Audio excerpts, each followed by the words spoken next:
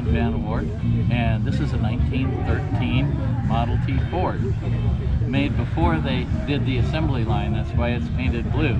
You could get red, green, white, or blue, but the reason they went to black with the assembly line was because the black dried faster.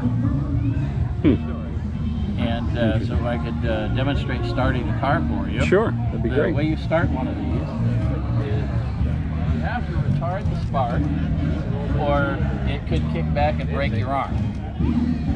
Then you turn on the ignition, and probably it'll take a choke. I let her run out of gas.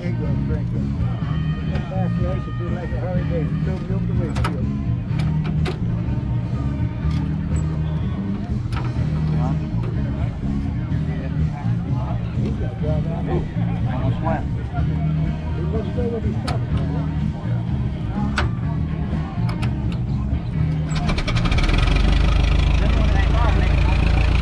Bring down the spark before it dies,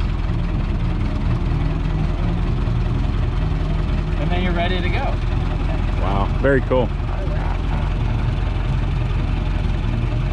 So how long have you owned the car? Oh, I probably had it about 9 or 10 years or so. And was it running when you got it? No, a friend of mine brought this car back from Nebraska in parts in a U-Haul trailer. And we built it, and it wasn't quite what he wanted, so I traded him a 54 Chevy for it, which he's still driving.